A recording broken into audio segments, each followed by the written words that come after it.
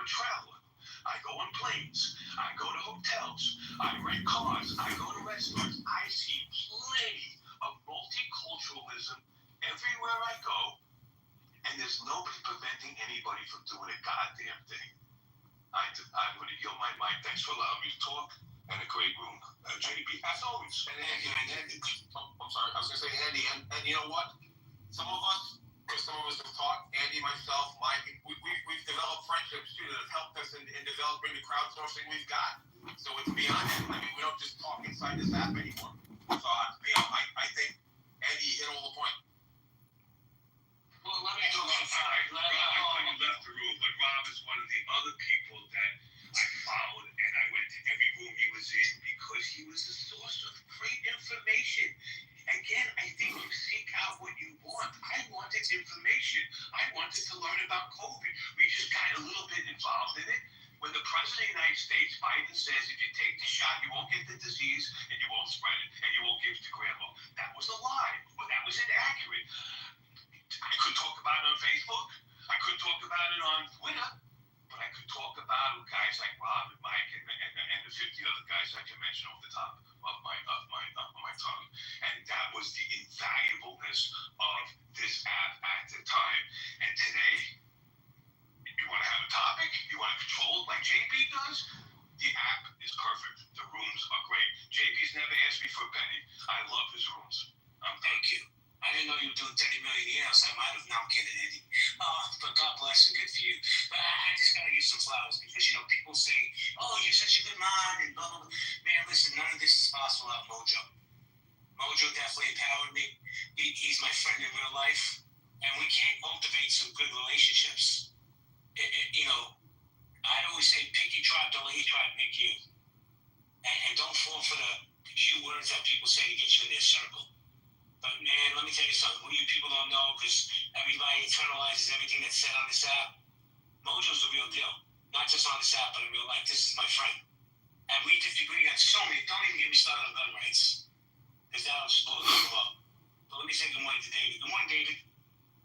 Morning. I was listening earlier, and two things. I'm really glad Norma and maybe Andy mentioned, some of the things that were great. And I think we need to go back to that, but really, when I was in the audience, you hit on it. It's moderation.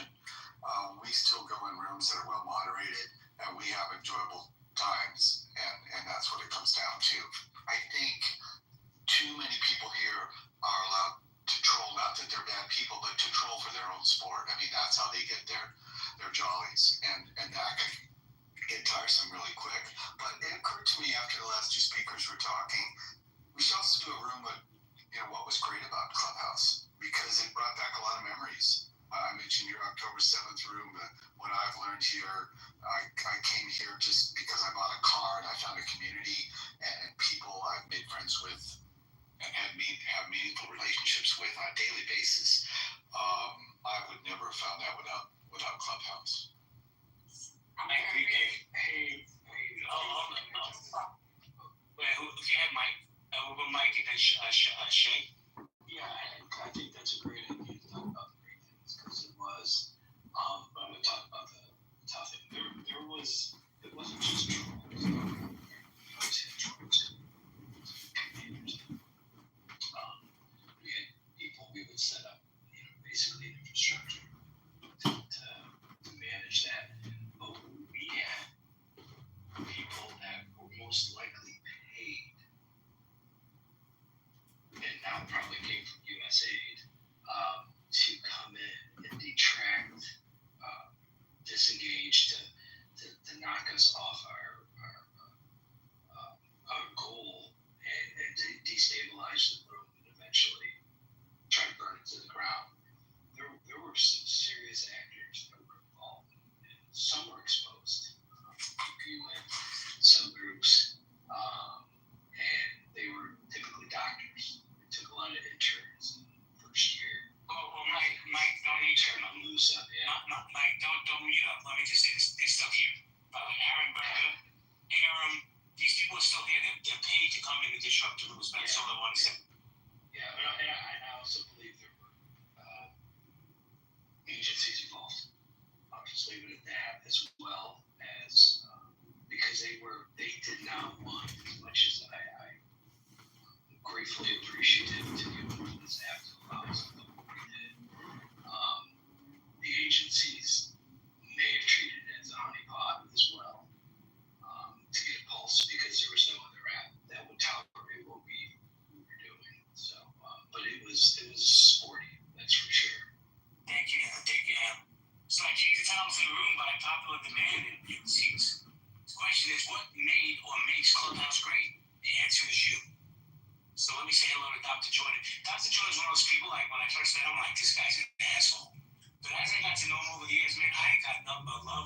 admiration for Jordan. And you know why? Because Jordan is always Jordan. He doesn't try to be somebody else. Good morning, Dr. Jordan. Good morning. Thank you. It's touching. Yeah, I think I love Clubhouse. I mean, it has its faults. I'm more concerned about what happened to Facebook, but Clubhouse is fantastic. It's a great place to convene. You know, I think all of us grow as people on here because we get so much feedback about each other. I mean, where else do you get feedback? Blatant criticism. I think it's a great app. Thank you, Jordan. David, Dr. Jordan. I haven't seen him in a couple of years. Holy cow, brother. Good. How are you? Jordan's definitely an OG on the set. But David, you wanted to jump in? Just real quick, I think even when some of the rooms got tedious and, we had like 3 months of what I call 3 months of Kanye here. And I never imagined, I guess I don't know, I go back to it, but how much not baggage, but hurt people carry and don't let go of, and also hold on to things that may or may not be true. And after a few hours and after the largest voices went away, the people who stayed could really talk and learn from each other, and those were valuable nights. I think there's still a large voice. I'm sorry, Shay, I skipped over you. My problems. I'm going to come to you in a second. One of the things I don't understand is I'm literally down the center when it comes to politics. I believe I am. Other people disagree with that assessment. But how people get so personal over somebody's political party. Like, I don't give a fuck if you're Republican. I could care less if you're a Democrat. But we pick our politicians like we pick our sports teams. Yeah, Shay. Hey, you know what, JB, you just said something that reminded me of something I used to say over in the preservation.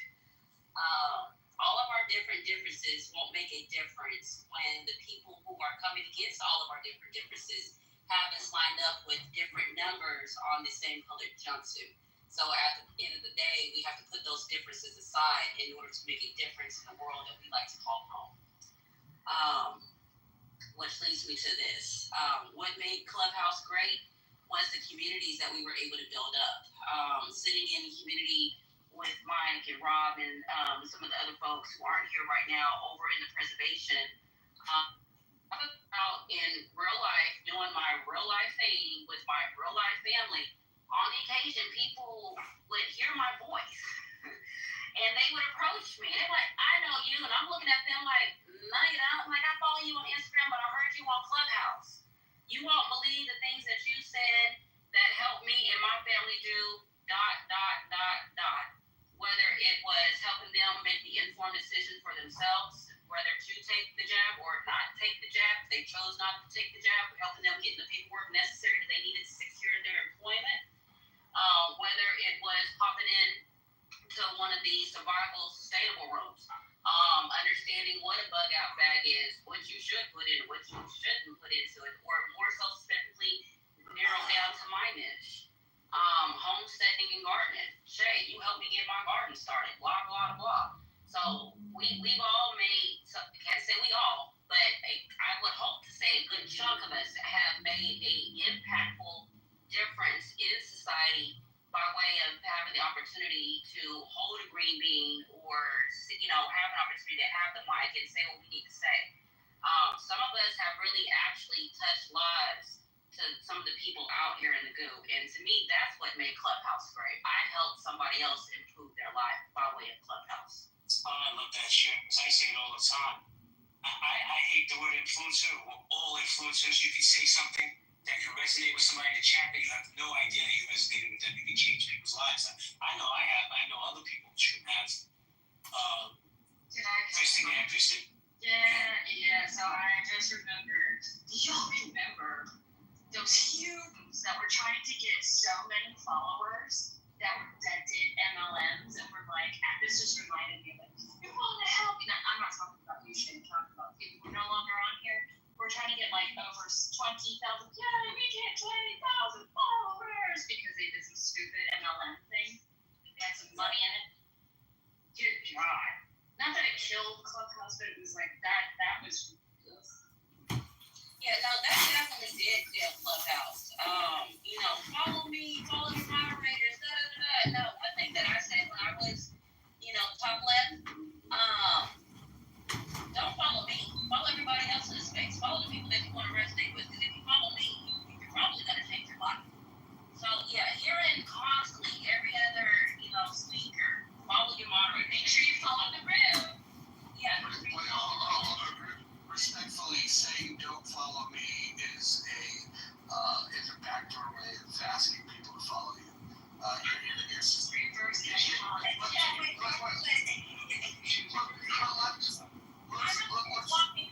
really didn't want people follow me because I went into spaces that people probably be like, what the F is she doing in here? Like, I really didn't want people to follow me. Were you like hanging out in the BDSM rooms? What were you doing? You didn't want people to follow you? I can't tell you that. Roger, what happens at Clubhouse After Dark stays on Clubhouse After Dark. I'm just saying I want the invite. That's all I'm saying. I'm gonna get back, Mojo. Before I go to First Lady, Mojo, CEO, wanted to have a dialogue with you. CEO, are you there? I am, yeah. So, You want to add that? yeah, so Roger, in response to you saying America's the least racist country, I agree with you, but I think it's also the most racist country. So, it's racist and intolerant simultaneously. It's racist and intolerant simultaneously. I'll tell you why. It's the most racist, the most tolerant. Here's why. There's no other country on the earth that can have the amount of diversity America does without completely imploding. So that's where I agree with you. It's the most racist for the same reason in the sense that when 40% of your population is different than the main population, that creates a lot of tension, a lot of challenges, and a lot of problems. So that's why I say it's. Okay, well, I'm not going to argue that point. I think that there's two very disappointing things that happened when we discuss race on this app, and that was what I would say, because people love to talk about race on this app. And here's the two disappointing things. You have one camp that doesn't want to acknowledge that there was historical injustices, and I think those people are idiots.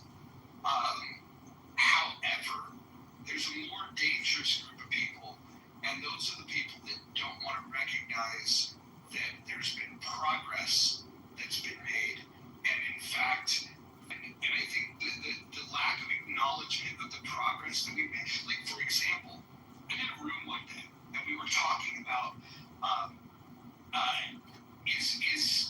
is the country less racist in 2025 than it was in 1960?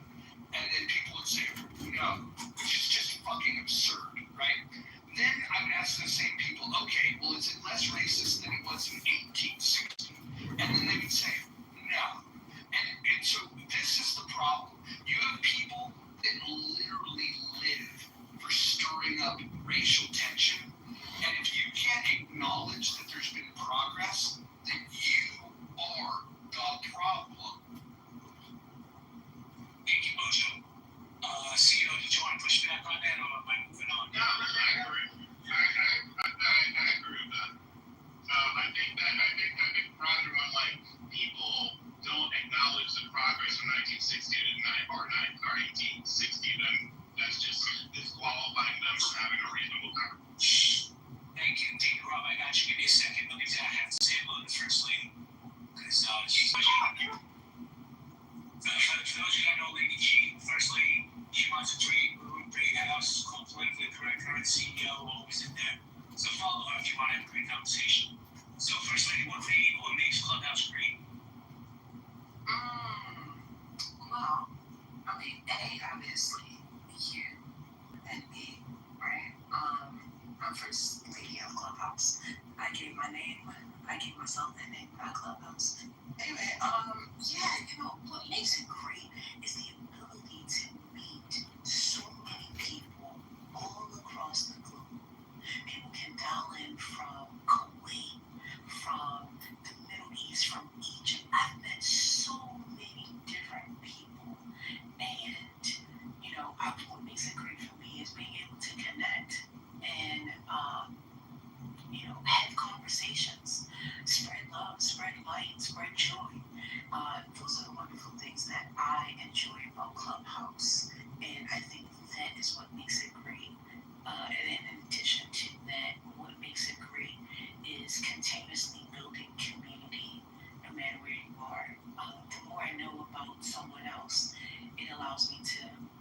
find the empathy in conversation. I may not agree with you, but I can find why or understand or try to understand why you feel that way, and then move on. Finding different perspectives of different people's thoughts just helps me to live a better, well-rounded, balanced life. So thank you. Thank you, First Lady. There's a few people on this app, quite a few people. I'm still trying to stay in perspective 5 years later. But let me say good morning to Tomato. Tomato, what's up? Hey, I went with the phone line. I progressed with Rogers. And I think they got the right room to have an in-depth discussion. And for me, Clubhouse is great because it brings together people from different economic classes that don't interact. America is very, very, very segregated based on your economic class, based on your education level. And Clubhouse is the only venue I know of where people can break those bonds and communicate personally. Thank you, Tomato. Guys, we're going to go power plus out, grab the mic. All I ask is that you respect the one mic policy. So we're going to go power plus out.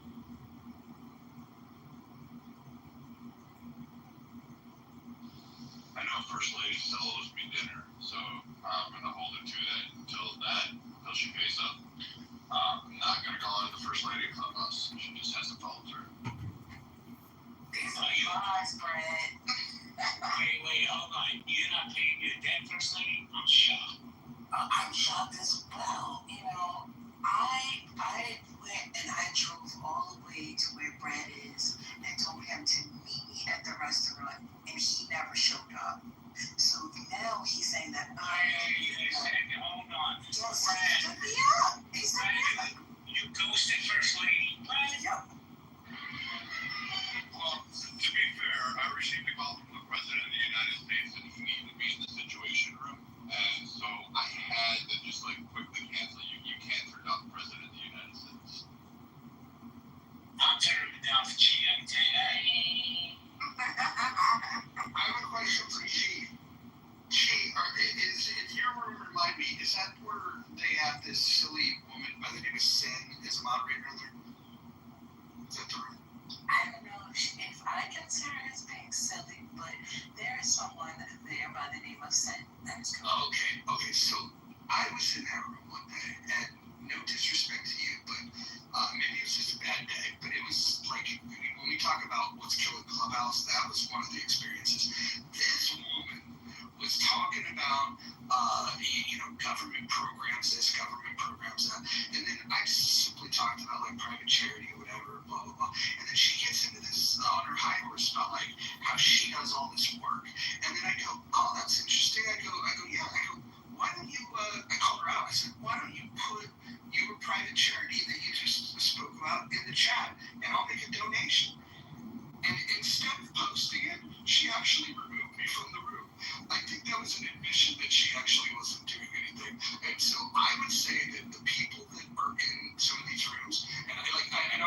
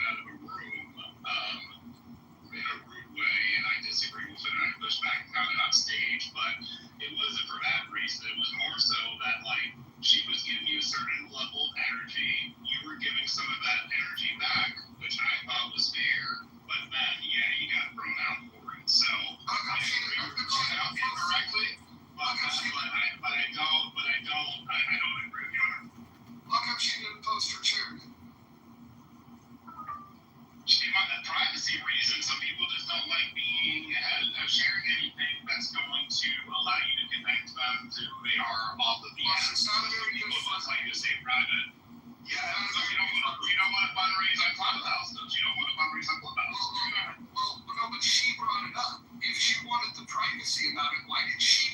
See, this is She didn't name it though, right? She didn't name the number. no, she's like, I'm out there doing work. I'm doing this, and I'm like, yeah, show me.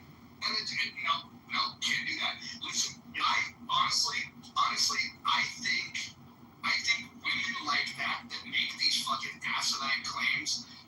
I guarantee that bitch is on a couch eating Doritos with crumbs all over her fucking shirt. She ain't fucking put on no fucking work boots in a fucking minute. She was so full of shit.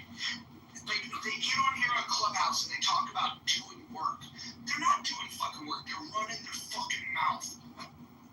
Yeah, I was never into. I think you guys do work, and I disagree. I'm not gonna let that. Hold on a second, Mike. Let me just say this. I'm still more shocked at that ghost. First lady. Let me just say this. That's wrong with some new people. That's what's wrong with Clubhouse. Mike wants to speak. I'll speak after Mike. I was in that room too, and I agree that they were giving each other a little bit of shit. But her fear of being called out for the fact that she said she ran a charity, and then her inability to say what it was palpable. Like when he called her out, I said, "Well, really, what is it?" It was like she was surprised to hear that question, and I think she was totally full of shit. So there's one more. Okay, so that's the beauty of living in America. That is the beauty of Clubhouse. We all are entitled to our opinions. And just because you have an opinion, or just because you have a feeling about something, doesn't make it factual. It just means that that's your perception of it. And that's what I was speaking about just recently. Who knows why she didn't provide the information? It could have been just because it was a heated conversation leading up to that. She didn't feel trust from you, and then probably thought that you were trying to show her out, and then that's the reason why they removed you. But yeah, such is life. I don't know why he had to call her the B word and say that she eating Doritos on the couch and getting crumbs all in between. But to each his own. Yeah, but those are words. Those aren't gonna hurt anybody. I mean, like, That's the thing, bro. I mean, Mojo, words do hurt. No. I come from a generation where we had a saying that sticks and stones may break my bones, but names will never hurt me. And I think the generation that said that words are violence are part of the fucking problem. Yeah, I mean, you gave one option. Firstly, you just gave one option of why she could have been unwilling to say it. That is a possibility, right? And you said opinions. Everybody has an opinion. It's true. Everybody does. But when somebody makes a claim and they're unwilling to back it up with proof, I can't give them the benefit of the doubt anymore because there's too many liars, especially in Clubhouse. If she's going to use her charity as an example of her altruism, then I'm going to look for a tangible example to believe it exists. And if she's unwilling to do that, I'm not going to default to, she probably has one and she just doesn't want to collect funds right now for Roger. I'm not going to default to that. Common sense is going to tell me, I'm not really sure she's telling the truth. And if somebody else can raise their hand and say, no, I can give evidence she has a charity, she just doesn't want to say the name of it, that's fine. But I haven't heard anyone in here say that she has a charity and that she just didn't want to name it because she somehow told you she has one. What I hear is a bunch of people giving her excuses for not providing evidence of what she was claiming. And until I find out that there's some testimonial out there that this charity exists, I'm going to default personally, because I use common sense and critical thinking, to the concept that there's a more than likely chance she's full of shit. And there's a small chance that she has a charity that needs money that she was unwilling to say in a public forum amongst a bunch of supporters, that even if Roger didn't want to give her money, somebody else in the room might have. And furthermore, I'm going to assume she would have mentioned this charity some other time by name in a smaller group setting where Roger wasn't personally asking her for proof. That other people might raise their hands and say, she has one. Mike, hold on a second. Why are we dragging this lady? She's not here to defend this. Because I was there. It's ridiculous. I like dragging life. Okay, but we don't know if she's alive. So, and I understand why. Maybe she didn't want to give the name for self-preservation reasons, because we know that people make the worst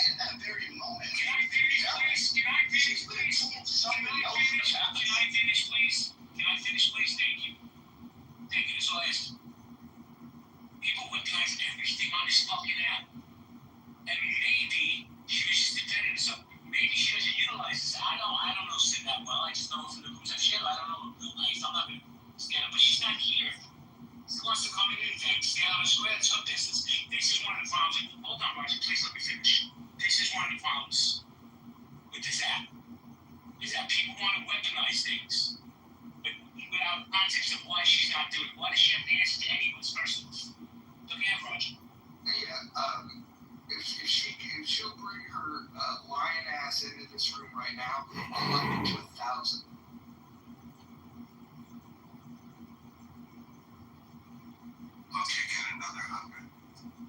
Okay. Wow. Brad, you want to kick it too? No, I've got burned on this app so many times with charities. There was a woman who had breast cancer that was losing her house, and I gave several thousand to that one. Let's see, what was the other one? Oh no. Yeah, that turned out to be fake. Don't forget the African also. Oh yeah.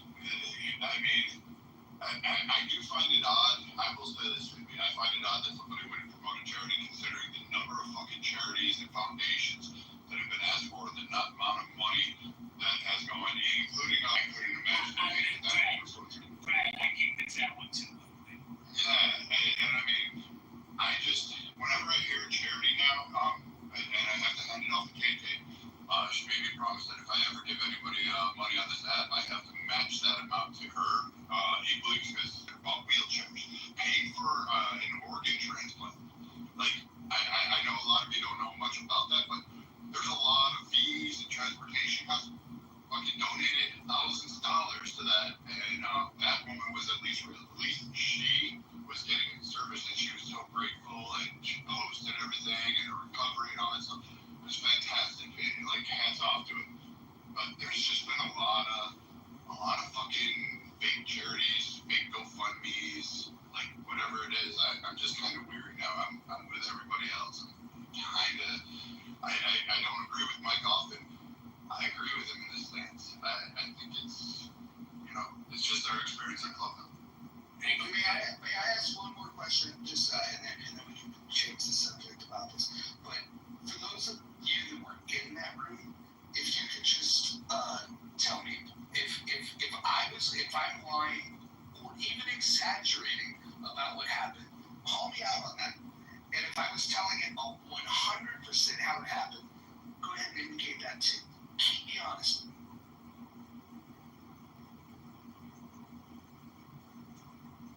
All right.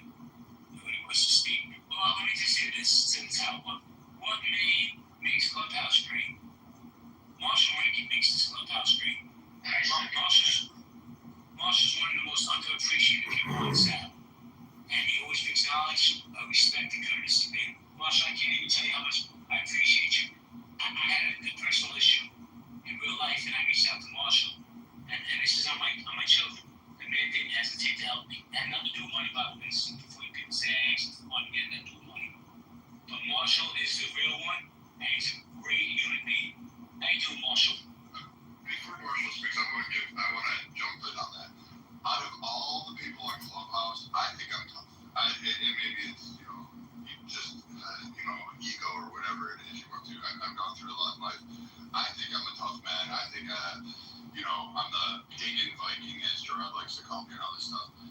I'm gonna say Marshall is probably tougher than I am, because that man has gotten abuse from everybody. Keeps it smiling, keeps it moving, and bullets don't penetrate him, man. He's fucking Superman on this app. He is tough. He does it with aplomb. He does it with grace. He does it with kindness and measures. And even when him and I have gotten back and forth, and still love the guy. Get me pissed off at him for a while, but I still love the guy, and I think everybody just oughta, including myself, take a step back and breathe once in a while, because Marshall's never meant to harm a single person on this app, and he loves this app more than anybody else on it. I agree with that. Marshall, I really appreciate that. Morning, how are y'all doing? You're here, so we're doing something, right? Do you want to chime in on what makes Clubhouse great? I think at its best, it's the ability to have a conversation that expands one's mind or makes somebody more humble. And it's worse, it's basically Montel Williams. Montel Williams is more intelligent, but at its best, it allows people to have conversations instead of debates. And humans are just more likely to pick up good information in a discussion that's not a contest.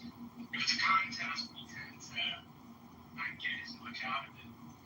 So I think the ability to meet people from all across the world and see their view. I have some pretty interesting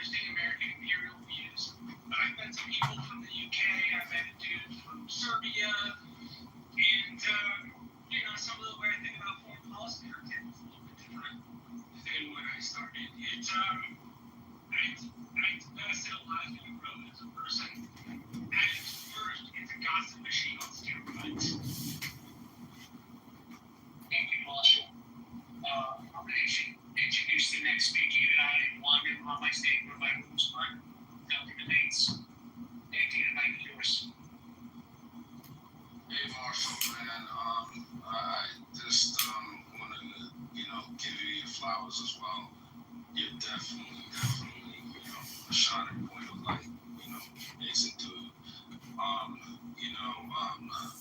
Mojo, Roger, as hard as they come, man, and got nothing but the utmost respect for that dude.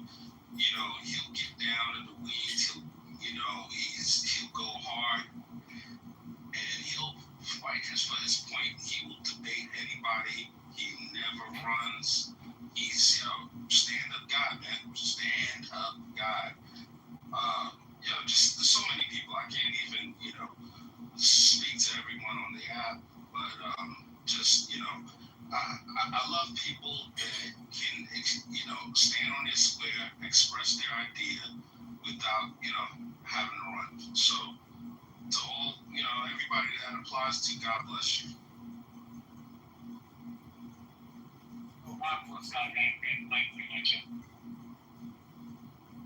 I want to say something to Anthony. And I don't think I've ever said out loud, but there is a lot of people on this app that have opinions that don't fit a popular narrative, whether it's for the room, whether it's for the app, whether it's society at large. Anthony is probably the most consistent person that I've heard on this app. That doesn't mean I agree with everything. He and I have argued about a lot of shit, but I appreciate consistency. That's when you can test conviction, is when somebody is consistent. They don't code switch depending on what rooms they're in. Anthony has a narrative that infuriates people, and it would be very easy if he wanted to make friends to just, he could cut the corners off of it and make it a little easier for people to digest. And he just speaks his mind. And again, I think he's wrong about some things, but I really do appreciate people like Anthony, and I hope he continues to do that on and off. Hey, Mojo, I got to go get a mental from you. Everybody want to keep it open? Yeah, let's keep it open. I'm going to go a little later today. I'm going to be driving some supercars, so I won't be on here all day today, but yeah, we'll keep it going. All right, catch you guys later.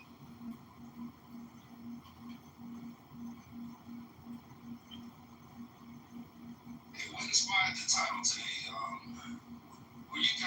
Was anybody in that room yesterday to debate the news room? It got pretty big. I'll walk into the history of it. So a couple of days ago, Lou Fax, who I think is one of the best moderators this app has ever had, he ran a room talking about Clubhouse reunion, and so people returned to it. And then grifter ass Jonathan Bing, who's never had an original thought in his fucking entire life, ran a room in Debate the News. And I'm not personally attacking him, other than just this observations of truth and statements of facts are not a problem. And so Jonathan Bing is just a big no talent that has that tries to draft off other people's momentum. He did that for years with Jerry Malcolm. Then he did it with Nelson, and then even he'll draft off the momentum of what Lou does. And so he started a room saying, Clubhouse reunion, you people are the ones that ruined it.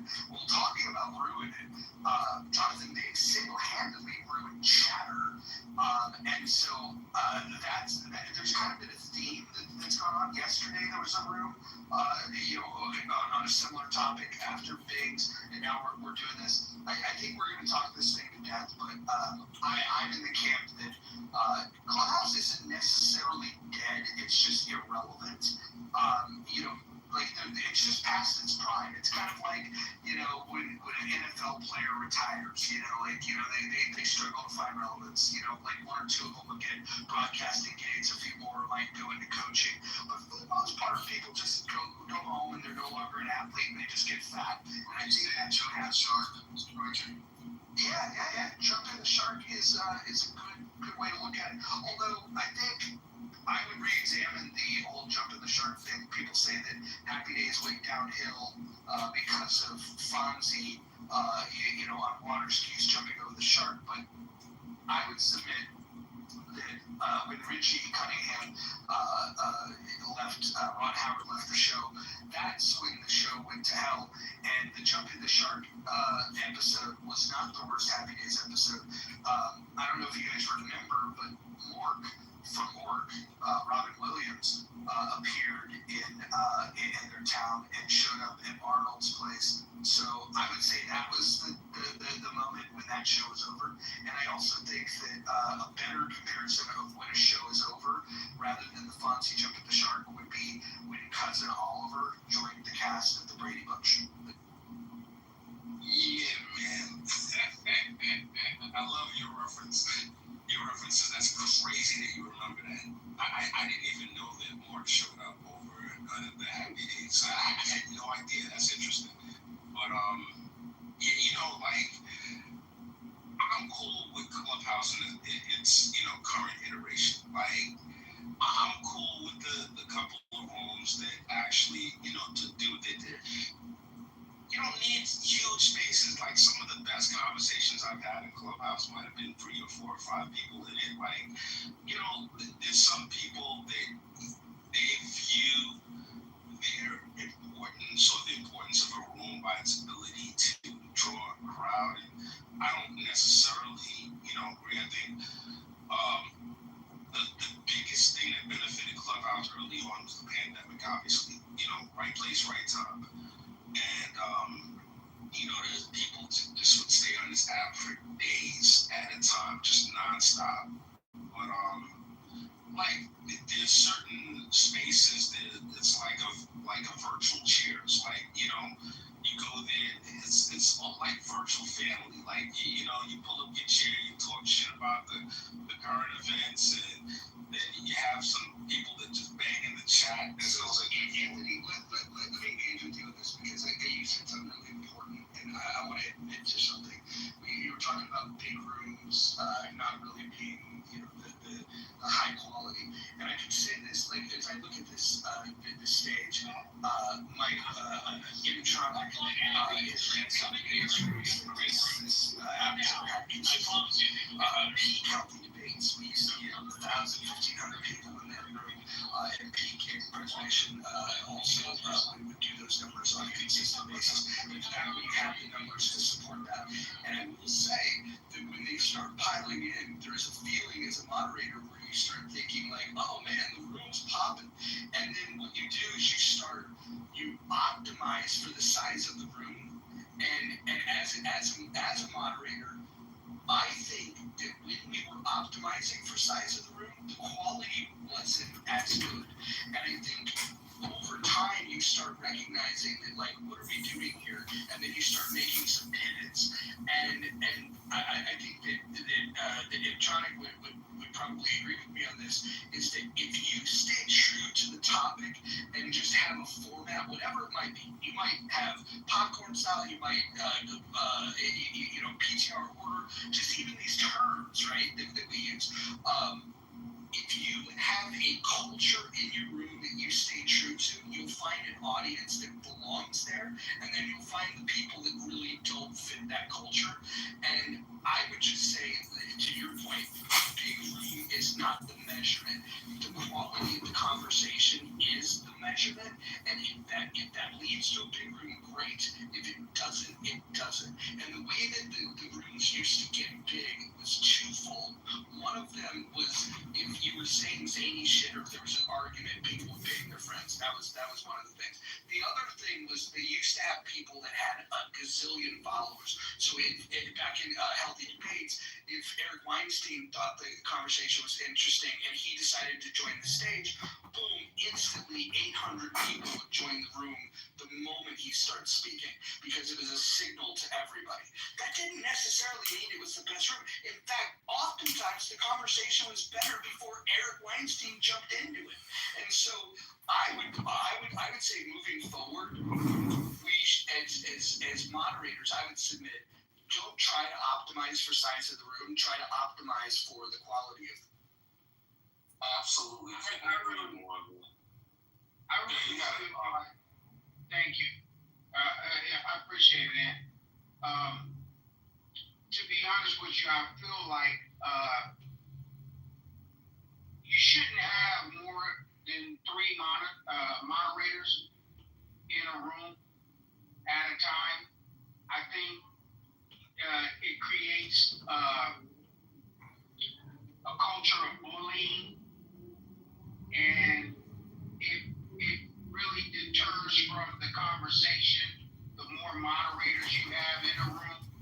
I think when I think about anything that I've ever seen in real life where there was a moderator involved, like a presidential debate or some type of debate, you never see 8 or 9 moderators in anything in real life. It just doesn't make sense to me why you would have 9 people on stage that are moderate, and it takes away from the good conversation that could be had if you weren't playing personality games. Well, Jamal, you're making a good point. There was rooms on this app, and I don't need to call them out by name, but you guys would know, where their shtick was like, we'll mod everybody, and then by handing out these participation trophies as a social currency, the people would then, they would be more likely to ping people because it's like, oh, look at me, I'm in a big room and I've got the green bean. And I will say, I've kind of reverted back to because I just don't care about the size of the room anymore. I'll mod people because I like them. That's not the best way to do it. I will say that the highest quality rooms ever that I personally ran, and I'm not saying that I run the highest quality of rooms. The people that I admire would be people like Ned, if you guys remember him. I thought his rooms were amazing. I think Lou Fax's rooms are amazing. But I personally, when I would run my best room, is when I was a solo mod. That way, if somebody got moved down, they knew that I did it. Yeah, exactly. I think that is a key point of having but then there's another piece to it that makes a room good, and that is a moderator kind of pulling his hands and letting conversation flow. A lot of times when you have the 1 or 2 moderators and they're micromanaging the conversation, that fucks up conversation too. I think there is another good mod who I kind of found it very interesting how he monetized Clubhouse, and that is the home. I think that young guy understood the monetization of it, and I thought that was very interesting, the way that he kind of, I think he said he got it from Dr. I forget his name, but yeah, I think that I got a different opinion on the monetization. Look, I'm a capitalist, and if you want to make your money that way, that's fine. But I would also argue that, trying to make money off the broke asses that are sitting around on Clubhouse is probably not the best strategy in life. I would say that utilize this for entertainment. If you do find a way to make money on it, that's cool. If that's your thing. For me, I think it's gay as fuck if somebody's got a Cash App in their bio. I think it's gay as fuck if they think that you need to tip them for being there. Look, if you don't want to participate in the conversation, the idea, the audacity of people thinking that opening a room makes them a content creator. This app doesn't have content creators. We have facilitators of conversation.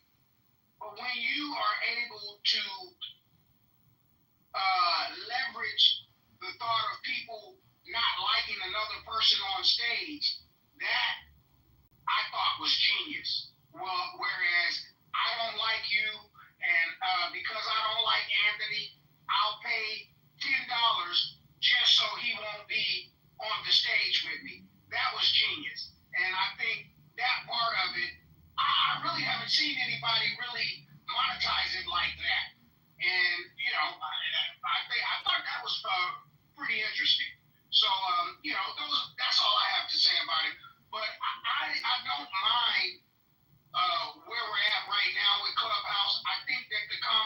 conversations, and the people's mindset needs to kind of expand a little bit. I'll land it right there.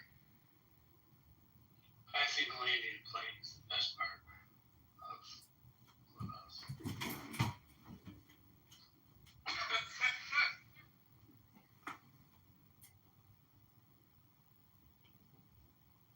Yeah, I'd like to chime in on the title.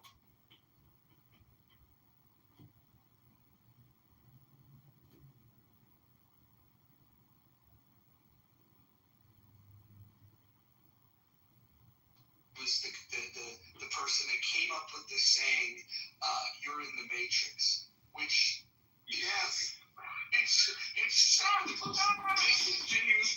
But people make some dumb claims. But that guy, like, if you have no value to add to a conversation, then you lie in your bio. And so it's a case Shake came up with the goo, or somebody else had come up with the goo. Yeah, the terms on this fucking app are hilarious. But we were talking about before you're in the Matrix, in early days of Clubhouse. The saying was, and it came from the black rooms. They would say you're in the pipes. That was the saying that before you're in the Matrix. However, you're in the Matrix took off is pretty cool. But when you're in the Matrix became popular, Mark Days wasn't even on this app. Like, that guy's just a complete liar. And if you want to talk about frauds, I don't know if you guys remember a guy by the name of Travis Believes. Travis Believes was one of the dumbest, fucking fakest people ever on this app. In his bio, it said, "Do you want 250,000 social media followers? Click here, blah, blah, blah, blah, blah." So I started clicking around. I went to all of his social media accounts. Combined, he didn't have even 50,000 followers. This guy's going to help you get 250,000. But he doesn't even have 50. That was the fakest fucking dude ever on this app. That's funny. The other thing is, all of us here that ran rooms and let people on stage saved countless lives because we were able to identify a smoke detector that needed a battery replacement. So I feel really good. That made me feel like I did something positive. Can I just give 3 quick anecdotes about my experience with Clubhouse? Please do. One is that I think I am the most kicked person of all time. And 3, I think the anonymous feature on this app, I could have played a big role, or I did play a big role in the developers and the managers, because they probably have received hundreds, if not thousands, of complaints with regards to my activity on this app, listening and recording people making really asinine, stupid, low IQ comments, not based on intelligence or science, but purely based on horrific political positions and propaganda distribution. So, if... Hey, American Party, how many accounts do you think I was responsible for having removed from the app of yours? Maybe like 3, 4, 5, something like that. I remember you had a big one that you had changed to my Roger Mayhem name, and I remember the day that got clipped. That had to be a little upsetting because that was the one that you had the most followers on. At the moment, it's upsetting because it's frustrating, but it's also a great lesson in letting go, because you realize and you question what you're doing on this app. Why am I listening so much, and why am I speaking so much? And what can I do differently to optimize my life? So, but honestly, it is a fantastic app, and with Microsoft reaching a new $4 trillion market cap, Meta at such a high market cap now, highest in human history, like, there's a good chance that this silly little app will get, gobbled up in an acquisition. But the people gobbling it probably have no idea just how rotten it is to the core. Do you guys remember the $4 billion valuation that they had in mid-2021?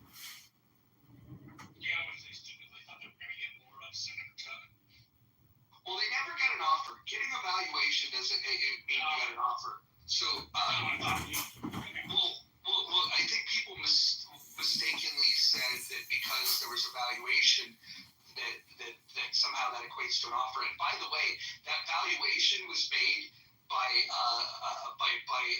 a worker at Andreessen Horowitz, which was one of the early investors in this. It very well could have been them just putting a valuation on this to draw attention to it, and with no real assessment of the value at all. Because if that would have came from an independent third-party source, I would have said like, wow, $4 billion, that's amazing. How do you calculate that? But because it came from Andreessen Horowitz, who led the financial investing of this app, I think you do have to kind of take that with a pinch of salt. Yeah, that makes sense.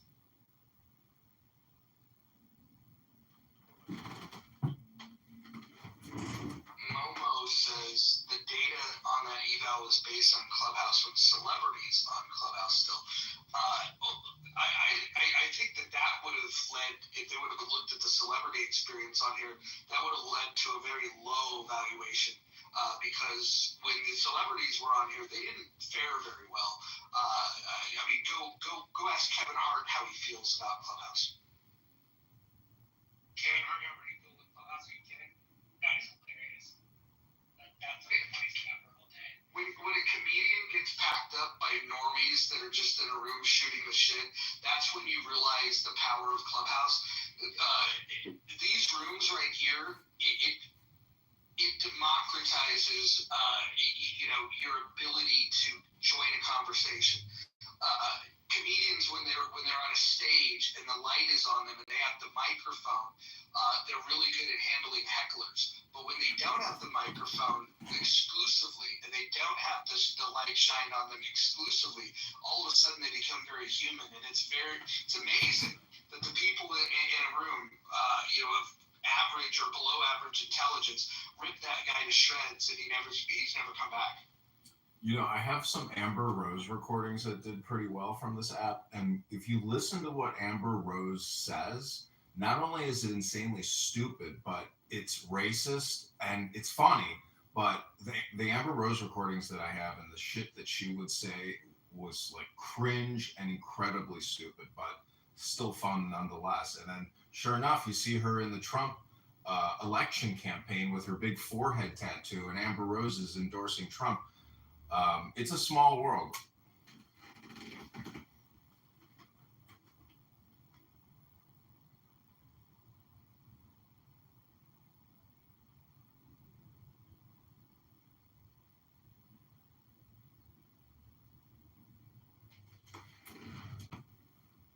Do you guys remember Taylor Lorenz?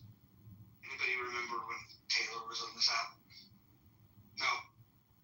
Okay, so Taylor Lorenz wrote, and I'll pin the article. It was in the New York Times. That this tiny app, is dangerous because it has unfettered conversations. That led to the creation of one of the better houses that this app's ever had, called Unfettered. And imagine complaining and writing an article that it's dangerous to allow people to have an unfettered conversation. Think about what that implies. It's just amazing. I'll post the article so you guys can check it out. Yeah, please do. I was called an answer amongst others that I know because of we would do HR directors on notice, things like that. Yeah, that scared me. And Michael, one point, I don't know if you got a chance. I texted you. I don't know if you got a chance to bring up the point. People talk about the U.S. being racist. I think the difference between the U.S., because I'm one of the people like Andy, I kind of go to travel all over the world. I think the difference between the U.S. and other countries is, do we have issues? I think everybody's got issues. When you've got as many people in countries, you're going to have issues that you've got. I think the main thing is that our ability to have open speech is something that we just don't understand that in other countries is not always there. Having traveled to other countries, including ones that are very locked down, people want to talk, and you'll find that the majority of people outside of the controlling entities in that country want the same thing we want. Everybody wants the same thing. I mean, they want to just be able to live their life, have their children grow up healthy and happy, and have a path forward for success. It's amazing when you see that.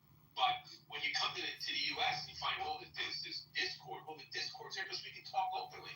And you look at some of the discord nowadays, it can be very minor stuff that creates the discord.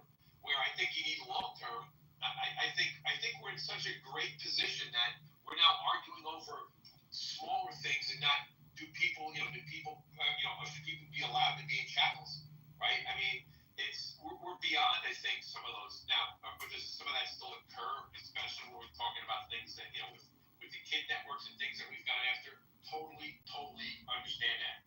But we're now open enough that I think enough people are trying to resolve those problems that I don't think you're going to see as much of the government leads to divisiveness. But what you said is so important. There's no First Amendment in Canada. I mean, podcasters and people broadcasting have been taken down by misgendering someone.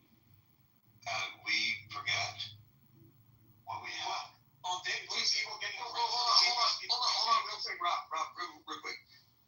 The term misgendering somebody, like calling them by the gender in which they were born, is now a crime, and then we call that misgendering. Rob, go ahead. I was just going to say, look at the people in the UK. They put something up that the UK, the social media police don't like. They'll come and arrest you now. And it could be something as simple as, I don't agree with the vaccines. I think the vaccines are dangerous. Boom, they can come and take you and put you in jail. Well, doctors were silenced, during COVID too. The ones that didn't agree. Well, if you bring up COVID-19 vaccine as a conspiracy theory or anything controversial or critical of it, you are labeled a conspiracy theorist immediately by everybody on this app still. So to me, that is extremely frustrating. Say that on Facebook. So if I'm a YouTube publisher and I had to undergo a medical misinformation policy training. Not only do they inform you about the COVID-19 vaccines, but they press you on Plan B. You're not allowed to talk about mifepristone. Anyways, my point is the merger between big tech and platforms and big pharma, big medicine, big insurance. It's there. You can't be critical of medical information, but the fact is that Fauci, Bill Gates, and a dozen other people, I mean, they are really complicit, in my opinion, in pushing out bad science, fake news, misinformation, and has created disastrous health outcomes for millions and millions of people. What pisses me off when we start to go back and look at the pandemic, what really truly pisses me off to the extent, and I'm guilty of it, so everybody in this room, everybody in the United States is guilty of it, and pretty much around the globe, if you're going to cite your moral, stance there. The fact that we allow the United States government to infringe on your religious freedoms. Many of you belong to a faith. Many of you are very religious. You go into rooms and say people like me are going to hell, and you'll say even some of like the idiot last night we need a court. Brad, that might be true. Respectfully. Yeah, probably. I'll bring marshmallows. We'll have s'mores and bourbon. But the whole idea that we allowed this infringement, and then we watched it on CNN. We watched a demographic get targeted by police by a New York City mayor, our biggest and most prominent and powerful city in our entire country. We watched them target Jewish religious event, and we sat back. We watched ministers get arrested, fined, shut down. We watched small businesses, our friends who had stores that were running. We watched it in gyms. We watched them get shut down and lose their incomes and still have to recover. We watched people lose their homes because they were told they weren't essential, they couldn't work, and they couldn't be a product of society, which is also a whole separate argument. And then furthermore, we interred elderly people who were in need of care, and we threw infected people into the rooms with them, and we gave a bailout to these care facilities. And we never held governors who granted this. We never held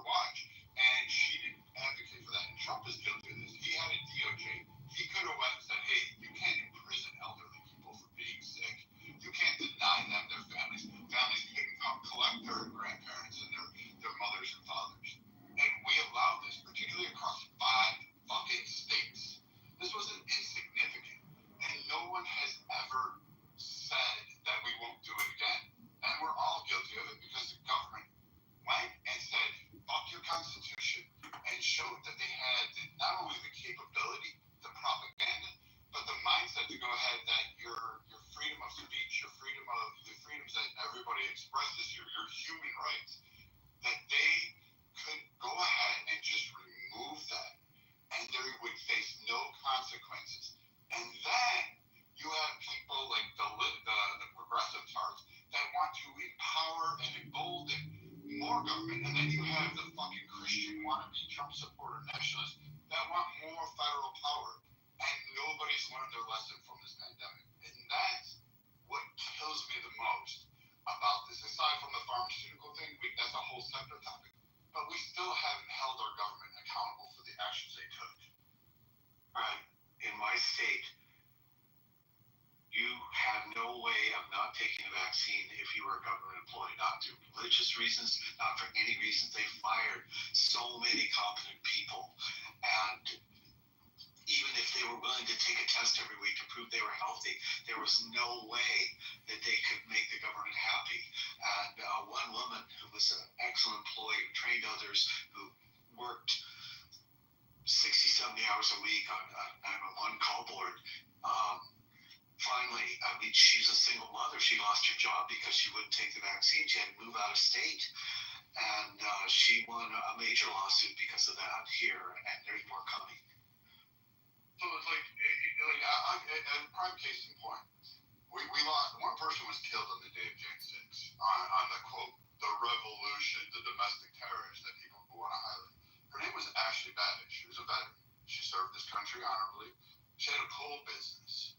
She was struggling, but she was succeeding prior to the pandemic. Then COVID shut down her ability to have her personal business. She lost money. She was struggling financially. She was having to be dependent on family members, and they were trying to bridge the gap. She didn't have everything afforded. VA services were cut for her. So this meant she couldn't go to appointments at regular because, fuck it, if you had any other condition outside of COVID, don't call your fucking doctor because he wasn't going to answer because there was enough money coming from the federal government to offset all that shit, and they shut down all the care there. And then she goes and gets shot at the Capitol building, and people to this day will still vilify her and say that she deserved what she got when she went there to protest, mainly because she wanted Trump to end the pandemic. She thought Trump would be the best chance because Biden and his campaign said, we're going to continue these measures until we've eradicated the pandemic, until we've destroyed this disease. And she financially couldn't take it. And she became a strong supporter of Trump, whether right or wrong, or whether you believe in it. But she was the one that was killed. It wasn't the officers. Not a single fucking officer died that day as a result of that. Some did receive injuries, not discounting that. But at the end of the day, only one person was killed, and her name was Ashley Babbitt. And to this day, that woman still is not afforded any kind of remembrance. She is still vilified, and people just dusted her off, even though she was the one that died. I'm not saying she's a hero, but at least she deserved to be recognized that she was a direct result of what this government's policies were at that time. And what we failed to recognize is that we as a nation killed her. We allowed that to happen to one of our Americans to the point where she felt she had no choice but to go protest at that place. And to be further frank, she wasn't even the one trying to actually do any harm to the officers. She was actually there trying to help. She was trying to block things. That's what many of the people around her stated. And we never even held the Capitol Police who fired the shot, the only shot fired that day. The only guy to discharge his weapon. Nothing happened. He was held as a hero. He was extolled. He was given fucking money. And we still to this day will not acknowledge that. And we face accountability as Americans. We let our kids down because we allowed the government to be able to seize that power. And if you think they won't in the future, they will again. I emphasize again, it is free to join my community. The stocks I share are also free. The techniques and strategies. We were free that day. I had a question. Basically, I don't feel like telling my story again because I did so many times in the past. Because, and I had most lethal shot. McCullough figured out.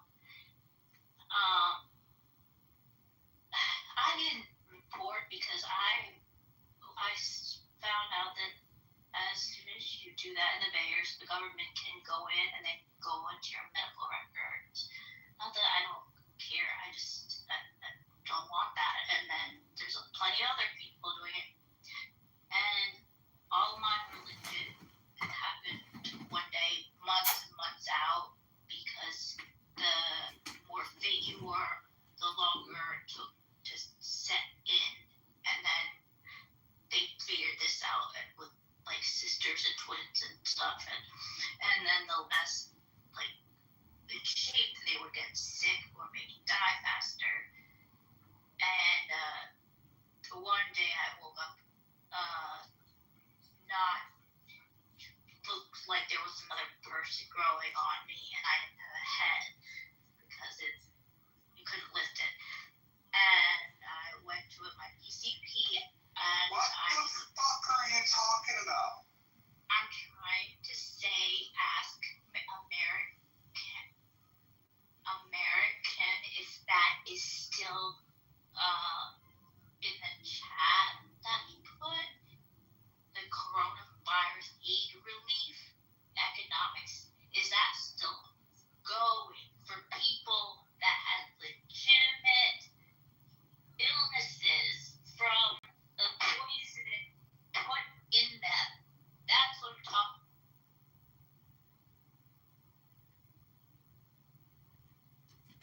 Did it for a job.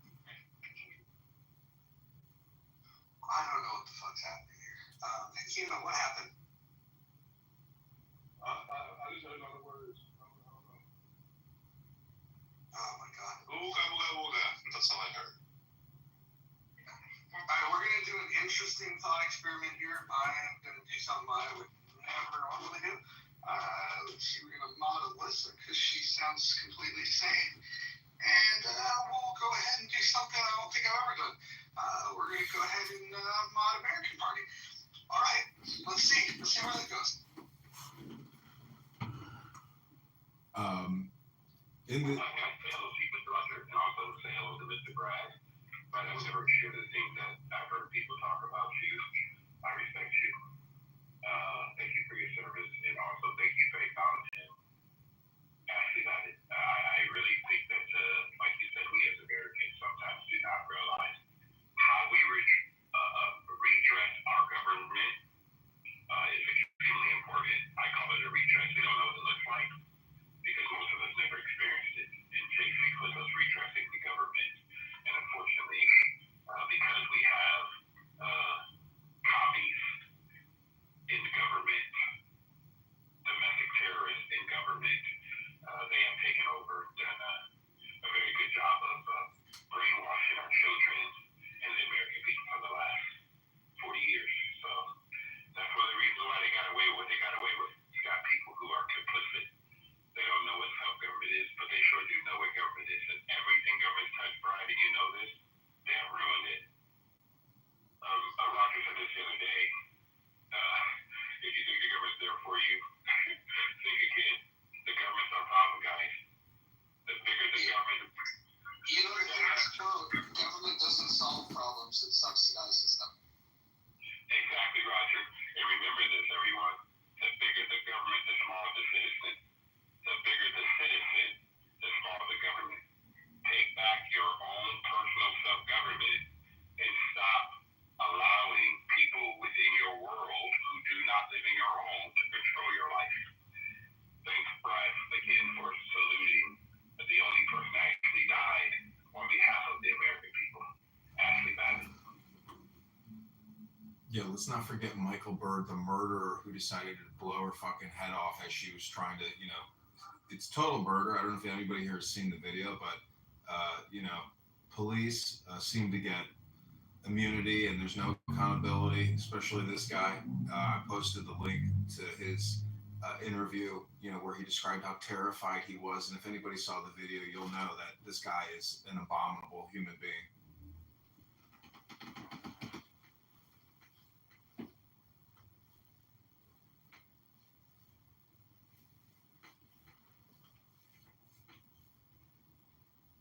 Hey, Roger, what made or makes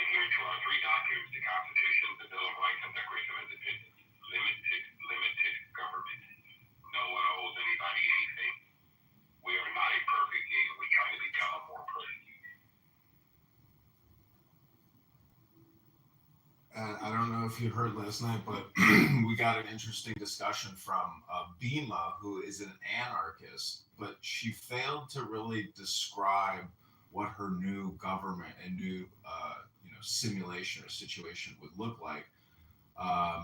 So when you say we need limited government and the bigger the person, the smaller the government, or the larger the we, the people, the smaller the government, which is acting as a parasite, and we are the host. I mean, we want to diminish the size of this parasitic infection, which is sucking we, the people, dry. So, Edward, if you were, the president or the king of America, what would you do for we, the people? First, I would tell the we the people that they're responsible for the outcome of their own lives. And obviously, if we go back to community, I would let them know that whatever they need in their local community, what they need locally, they have the ability to elect their local officials that represent them, and they can hold them accountable. Accountability is important, guys, and I don't know what's happening in the United States.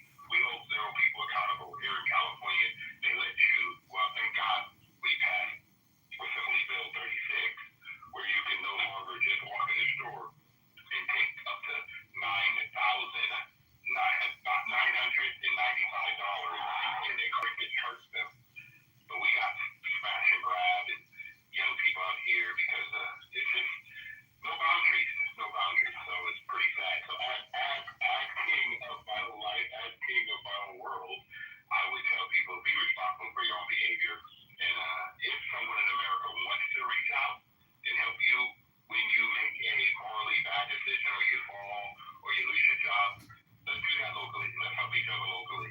And let's get the government out of our pocket. That's my thought there, America. And also, you have more power as an individual than you actually think. I mean, it takes one clock to cause a heart attack, just one little anomaly. And it takes time and it takes a lot of effort. It's like having a second job, but it can be done.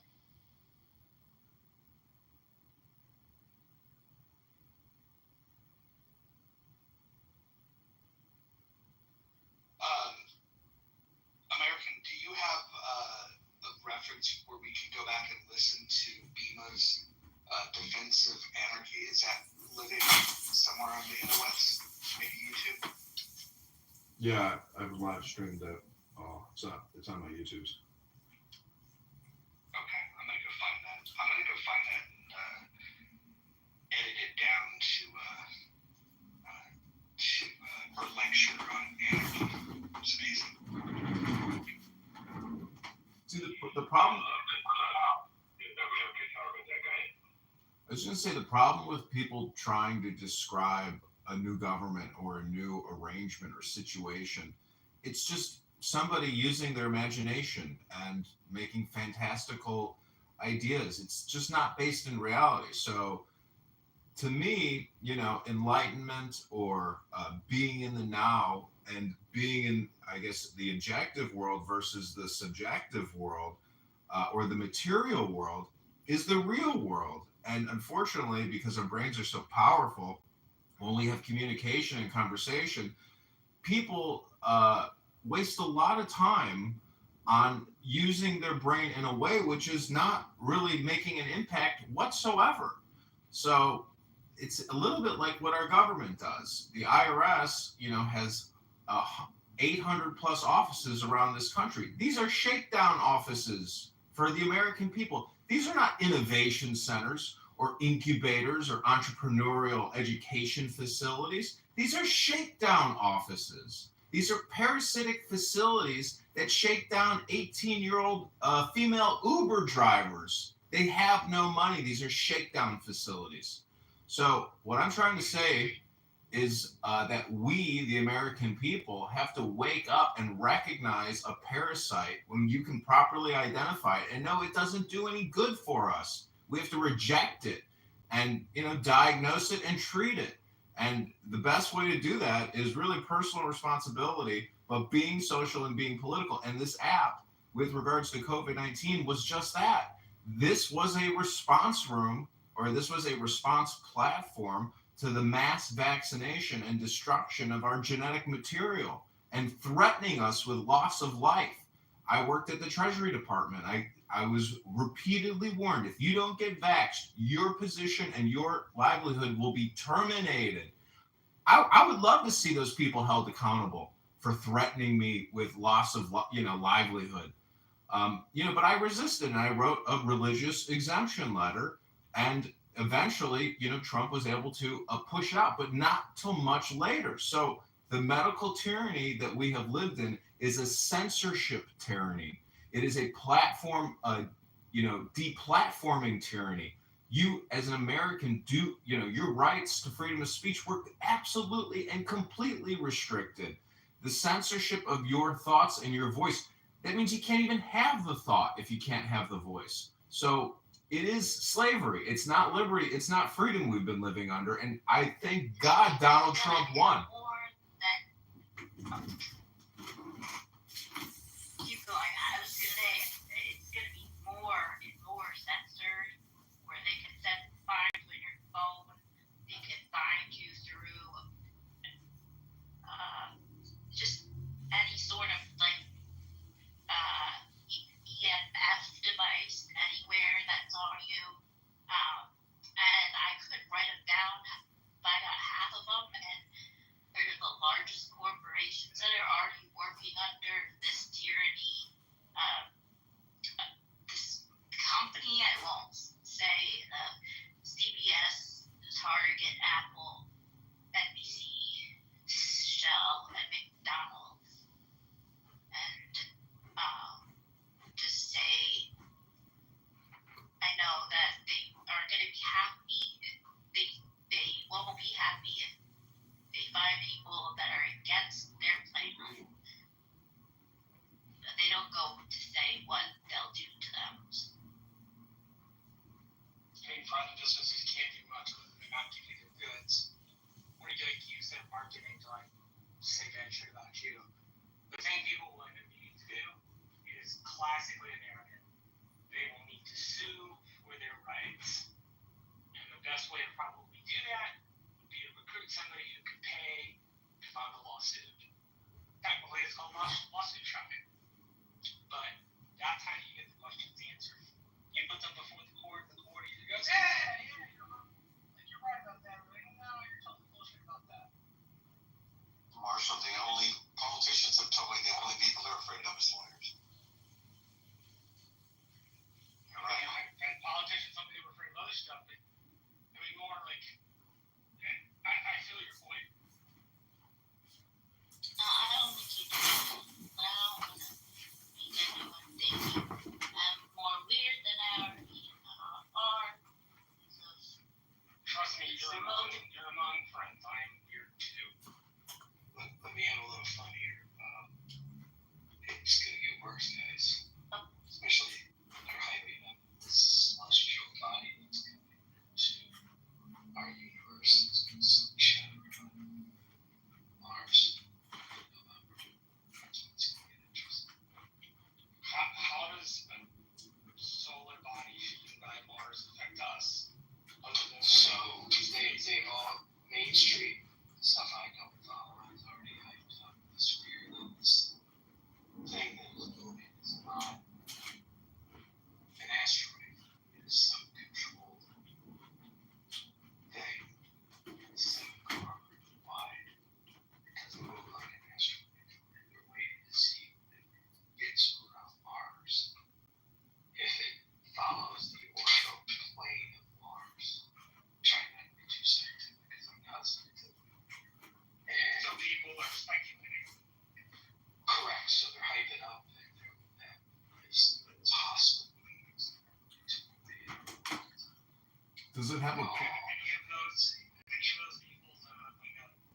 public information requests for NASA star charts, which they're allowed to get?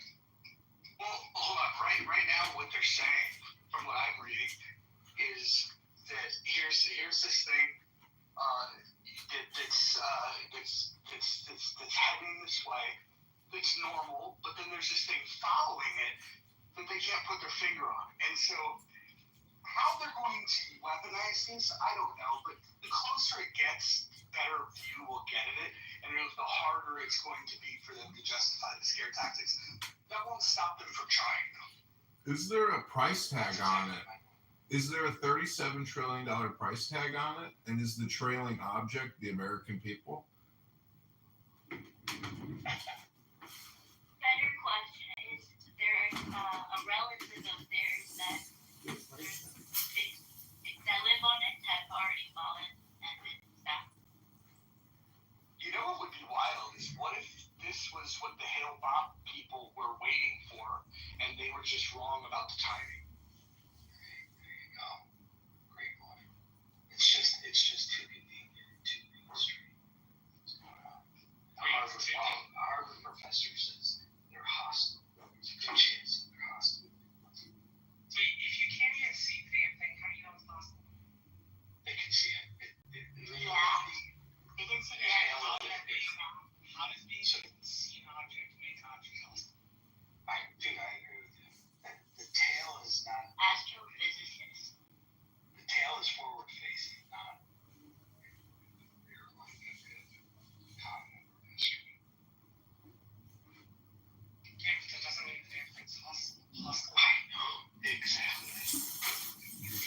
It's called. Listen, your local congressman, your local senator is more of a danger to your personal life and your future children's livelihood than an astral object in outer space. It's your senators and your congresspeople and the Federal Reserve that pose the biggest threat to your future liberty and your liberty right now.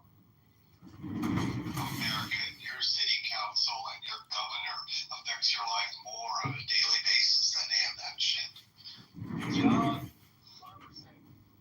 Okay, well, in the chat, I put links to the HEROES Act and the CARES Act. That was over $5.5 trillion in debt created by senators and congresspeople. What was the ROI on that? Do you ever hear a forensic accounting or cost benefits analysis of former acts and all the trillions of dollars in spending? No, you just give it away. You give it to your lobbyist friends. On K Street for Pfizer, Moderna, J&J, Google, every major corporation, Comcast, AT&T, Verizon, AstraZeneca, every single major corporation made out great. And you got a $1,200 stimulus check that they took back from you a couple of years later. So I again tell you, your local Congress and your local senator poses a bigger threat to your liberty and well-being now and in the future than an astral object, which is a clickbait fucking article, people. Wake the fuck up, my fellow Americans. Yeah,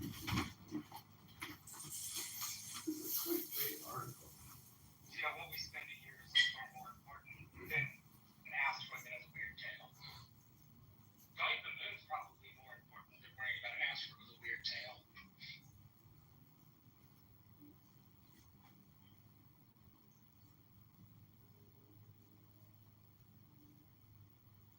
Oh, and David's also right. Your mayors, city councilmen, county commissioners, they affect your life much more on a daily basis than do the president, the Congress, or the Senate.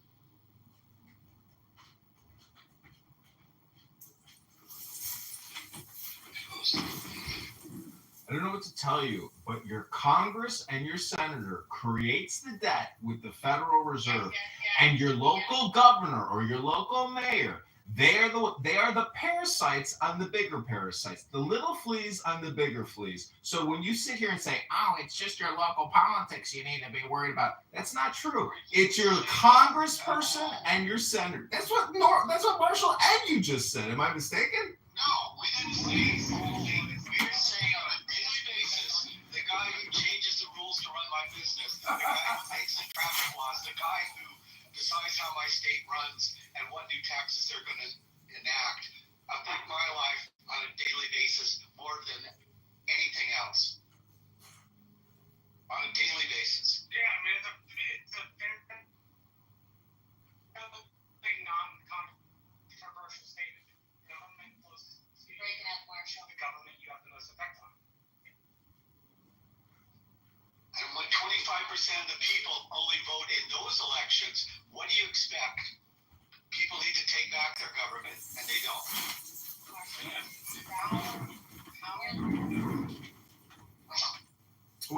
What I love is that I should be applauded for what I'm saying. Instead, I'm shot down every single time I bring up this issue or any other issue. Is it a me problem or is it a you problem? We all live in a video and in the now, and our life is a constant virtual slide. It's not what you're saying, it's how you're saying. Oh, it's how I'm saying. You don't like Yeah. how I say it, but you enjoy what I'm saying. Got it. Thank you very little. It's not what it's like. You do that when Got it. Thank you very little. and it is very valuable. Who posted that? So, yay, but you are also speaking in a condescending tone that is annoying after about 30 seconds. I'm not worried about the condescending tone or local government. My point and Dave's point is the government you can affect most is the one that have the most effect on your life. Don't get me wrong, Congress, in the passage of the Big Beautiful Bill, they affected just about every state in the nation with air traffic control system, for example, because they're going to update it. I'm not saying Congress can't affect you. I'm saying most people in their daily lives are far more likely to run into their local or state government rather than their federal government. Their federal government is more ethereal. It's more in need to, try to get them back in on a leash. But you're wrong that the area where you have the most impact. But not the area where you have the most impact. The area you have the most impact is your school board and local commissioner and local mayor races. That allows you, in particular, because the commission does things like set tax rates, right? The tax rate the city raises is going to directly affect your bottom line. So, Marshall, good to see you. Good to see you, Mr. Redford. How are you? This is the best day of my life. Thanks for asking. So, could you give some practical? I like to know where every state, everyone currently is, and give some practical. You and David talked about the local area. What are some of the things that people can currently do right now in order to affect their local community? And how many of us are currently involved in our local government to any extent? What I would say would be one thing that you could do, and this is just the summer, so it'll be good for you sometimes 10 times off.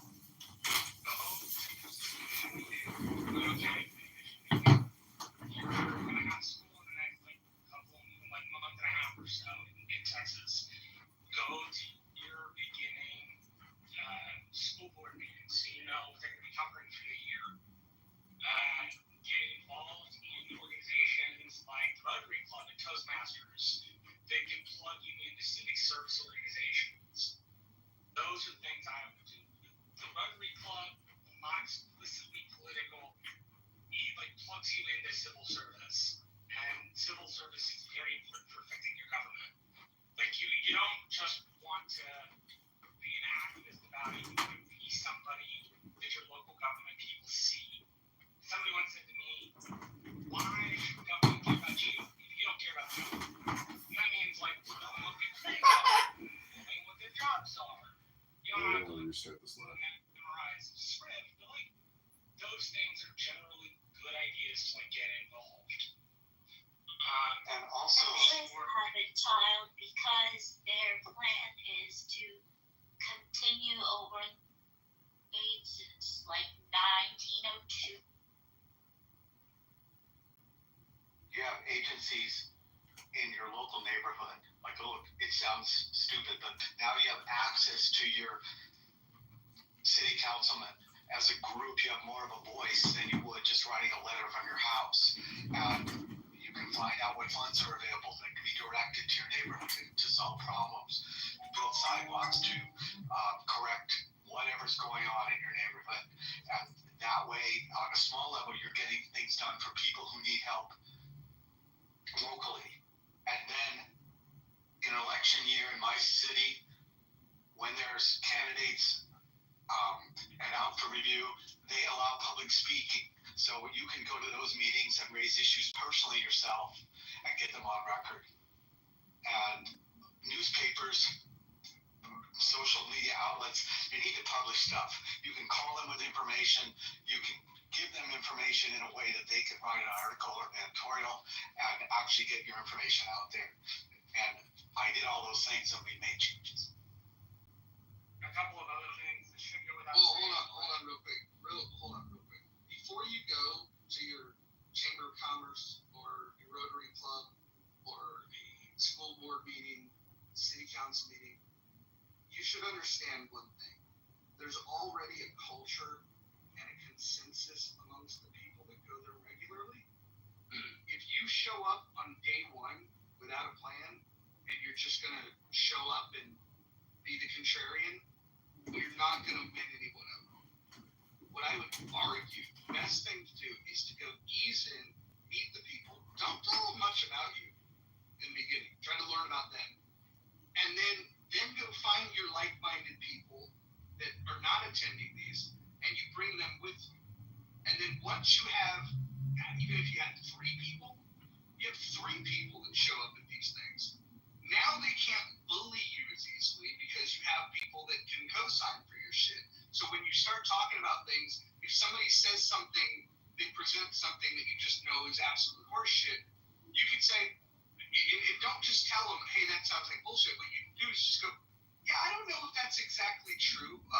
Can you continue? And you let them continue. And then what you and your crew do is you look at each other confused, like, what is this person talking about? And then you slowly start winning over the crowd.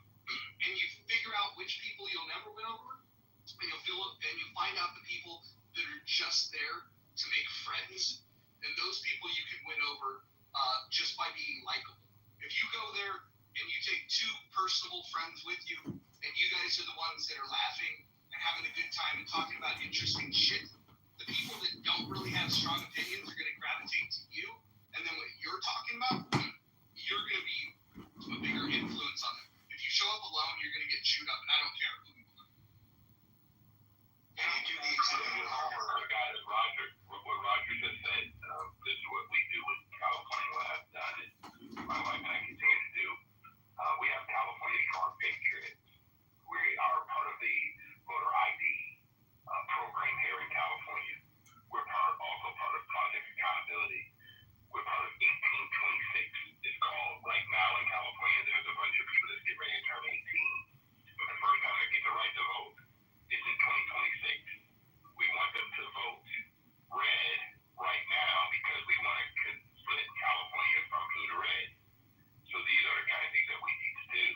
So everyone can get involved, but like Roger says, talk to someone locally who is, and listen to what he said, guys. Make sure you have a game plan because you have some people who have been on these boards for years. They love their power, they love their position, but more importantly, you can go there, and a lot of them are not computer literate. They don't know how to read all of the analysis of the voting things in their community, and you can come in and just help them. And that's what my wife and I have done. We help them with letters, make sure that the voting rolls are clean and everything else. Just whatever you can do to help them. Win friends and influence people to help you solve a lot of things in your local community. And that person, when they end up going to the state house, they'll bring what happens locally to the state house, and hopefully, when it gets to DC, they can have it locally to the Congress or to the Senate. So something that we're trying to change here. I couldn't agree more. I think those you and Roger, they've hit nails on the head. I just want to repeat something you shouldn't say. Don't ever get up in front of a group of people, school board, city council, and go, I'll pay your salary. Number one, it just comes off as kind of bratty. Number two, it doesn't help win anybody over. And number three, you're not the first person who has ever said that to them. And saying that makes it less likely that you'll win friends and influence people. Absolutely, Marshall. If you bring solutions, if you're going to criticize, you need to bring solutions. But I was talking to the mayor at one of those meetings, and he had guessed that the 2 people in front of me in line, and it's not going to happen. You know, don't piss on me and tell me it's raining. And the guy pivoted. I never saw a politician pivot. So the guy said, I want to come to your community. I want to walk the streets with you. And he did it. And we had a community meeting, and we actually, 400 of us told him exactly where he was wrong. And he thought he could just win over the community, but we were organized. And we won.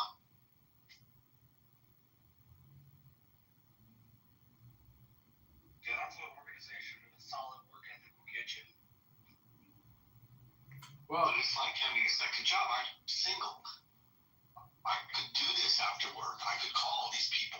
You know, I could imagine my family and children. You know, who has time for that? And that's part of the problem. Well, David Marshall, let me ask you a question. Do you think spending $10 billion a day is sustainable? You know, if we're taxing $7 billion worth a day and we're borrowing $3 billion a day, I mean, do you think we could get by on spending, let's say, even $4 billion a day? What demands $7 trillion in annual spending? Why can't we get away with spending $4 trillion a year? Do we ever plan on paying back the debt, or are we just going to continually, slowly, and sometimes dramatically increase the debt?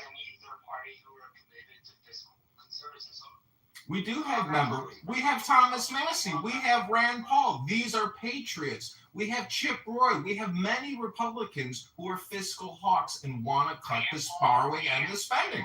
Rand Paul is the reason we have CRs in the Congress. So this is going to sound inane and weird, but follow me. The Senate has a rule about how you get bills. You go to the well of the Senate at first, and most things are done by unanimous consent in the Senate. And so you ask for unanimous consent for your bill. Well, if it has anything to do with list making of any kind, it doesn't matter whether it's like a list of cities for federal resources to be devoted to. It doesn't matter if it's like a list of names to get awards. Rand Paul says, I oppose. So you then, per Jefferson's rules, have to go down to the well of the Senate and you have to read the bill. And so the author of the bill reads the bill. It's then asked of the Senate to give unanimous consent. Rand Paul stands up again. No. Which means that they either figure out how to have a filibuster, or the bill, whatever it is dead on arrival. It's not going to get an up or down vote. It's not going to get a vote in committee. And what that does is force senators who are parochial, which you need to be parochial for your state. House members represent different districts in the state. Senators represent their states first. And what ends up happening... They're going to restart these lives.